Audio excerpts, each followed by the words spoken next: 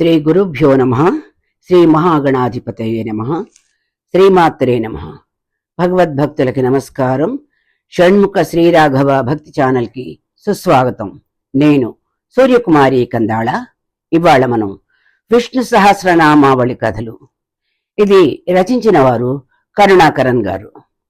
విష్ణు సహస్రనామం అనగా భగవంతుడైన విష్ణువు యొక్క 1000 నామాల్ని స్మరించడం.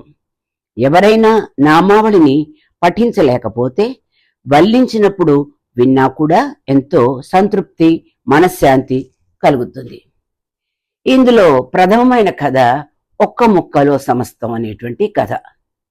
అనగనగా నర్మదా నది తీరాన ఒక గ్రామంలో ఒక బ్రాహ్మణుడు ఉండేవాడు. అతని భార్య ఇతరాదేవి. ఆమె భర్తకు తగ్గ భార్య. ఆ దంపతులకి చురుకైన ఒక కొడుకు పుట్టి పెరుగుతున్నాడు. ఆ కుమారుడి పేరు ఐతరేయుడు. కొడుక్కి పంచవర్ష ప్రాయంలో తండ్రి ఉపనయనం చేశారు. ఒకానొక శుభముహూర్తంలో పంచ సంస్కారాలు చేశాడు. వేదాభ్యాసానికి ముందు పుత్రుడికి విష్ణు సహస్రం నేర్పడం మంచిది అని తండ్రి భావించాడు. కొన్ని పాఠాలు నేర్పిన పిదప గురువుగారైన తండ్రి ఐతరేయుడికి విశ్వం శబ్దాన్ని ఉపదేశించారు. ఐతరేయుడు విశ్వం ఉచ్చరించి తదుపరి తండ్రి విష్ణు శబ్దోచ్చారణ చేశాడు. అయితే తనయుడు తిరిగి విశ్వం అని ఉచ్చరించాడు. తండ్రి కాక కొడుకు చేసిన తప్పుల్ని సవరించాలని పలుమార్లు ప్రయత్నించి విఫలుడైపోయాడు. విశ్వం అయిపోయింది, విష్ణు అని చెప్పు అన్నాడు. కొడుకు విశ్వం అని ఉచ్చరిస్తూ ఉన్నాడు. ఐతరేయుడు ఈనాడు బడిలిపోయి ఉన్నాడు కాబట్టి ఈనాటికి పాఠానికి స్వస్తి చెప్దామని ఆ దినానికి ఆపేశాడు. మర్నాడు తండ్రి విశ్వం విష్ణు మున్నగు శబ్దాలు కొన్ని చెప్పినా కూడా తనయుడి నోటి నుంచి ఒక విశ్వం అని మాత్రమే వెలువడింది. తండ్రి ఎన్నో రోజులు ఎన్నో ఉపాయాలు ప్రయోగించాడు. కానీ తనయుడి నోటి నుండి విశ్వం తప్ప వేరే శబ్దం వినబడలేదు. సంవత్సరాలు గడిచిపోయాయి. ఐతరేయుడికి ఇక వేరే మాటలు రావని తెలిసిపోయింది. తండ్రి ఇంకొక వివాహం చేసుకున్నాడు. ఆ దంపతులకి 2 పుత్రులు పుట్టి వేదాంగ పారంగతులుగా సుప్రసిద్ధులయ్యారు. ప్రజల నుండి వారికి గౌరవ ప్రపత్తులు, ధనధాన్యాలు లభించాయి. అయితే ఐతరేయుడు ఉచ్చరించిన ఏకైక శబ్దం విశ్వం మాత్రమే. ఐతరేయుడు మెలకువగా ఉన్నప్పుడు విశ్వం పట్టిస్తూనే ఉండేవాడు. ఇరుగు పొరుగు వారు, పెద్దలు, పిన్నలు అతన్ని పరిహాసిస్తూ వెక్కిరిస్తూ ఉండేవారు. అందరికీ అన్నిటికీ ఐతరేయుడి సమాధానం విశ్వం.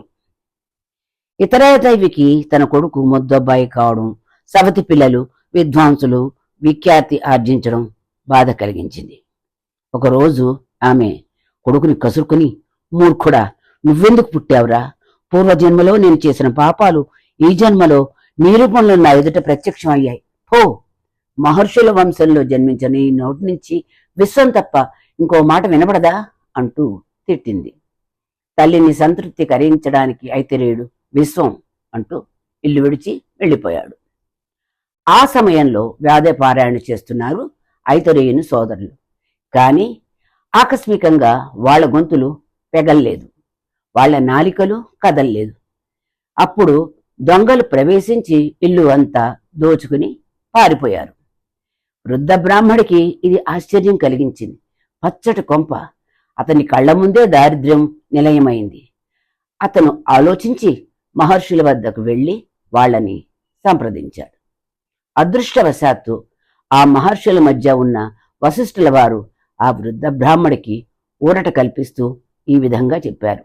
నాయనా, నీకు నీ పెద్ద భార్యకు ఐతరేయుడు మహత్తు తెలియదు. అతడు మహాయోగి. యోగసిద్ధి కోసమే నీ కడుపున పుట్టాడు. అతనికి విశ్వం అనే శబ్దార్థం సంపూర్ణంగా అవగతమైంది. విశ్వం అంటే సర్వ సమగ్రమైన సంపూర్ణత్వం. భగవంతుడైన వాసుదేవుడు మాత్రమే విశ్వశబ్దానికి వాచ్యుడు. ఆ విషయం గ్రహించిన ఐతరేయుడు వేరొక శబ్దం ఎలా పఠిస్తాడు? సర్వసంపూర్ణుడైన భగవంతుణ్ణి స్వరూపం గుర్తించిన మనిషికి వేరొక భావంతో ప్రమేయం ఏమిటి? మీ ఇంటిలో విజ్ఞానం అపహరింపబడలేదు. ఎప్పుడైతే ఐతరేయుడు ఇల్లు వదిలాడో అతనితో పాటే సంపద కూడా వెళ్ళిపోయింది. ఐతరేయుడిని అన్వేషించండి, ఇక మీ ఇంటిలో ఏ లోటు ఉండదు అనగానే వృద్ధ బ్రాహ్మణుడు వెతికి వెతికి ఐతరేయుణ్ణి పట్టుకుని విశ్వం నామాన్ని స్మరిస్తుండగా ఇంటికి తీసుకొచ్చాడు. అతని సోదరులకి గొంతులు వచ్చాయి. ఇంటిలో ఘోష వినిపించింది. దొంగలు దొంగిలించిన సొత్తు తీసుకొచ్చి ఇచ్చారు. పశ్చాత్తాపంతో దీనిని బట్టి అర్థమై ఉండొచ్చు విశ్వం నామం యొక్క మహిమ.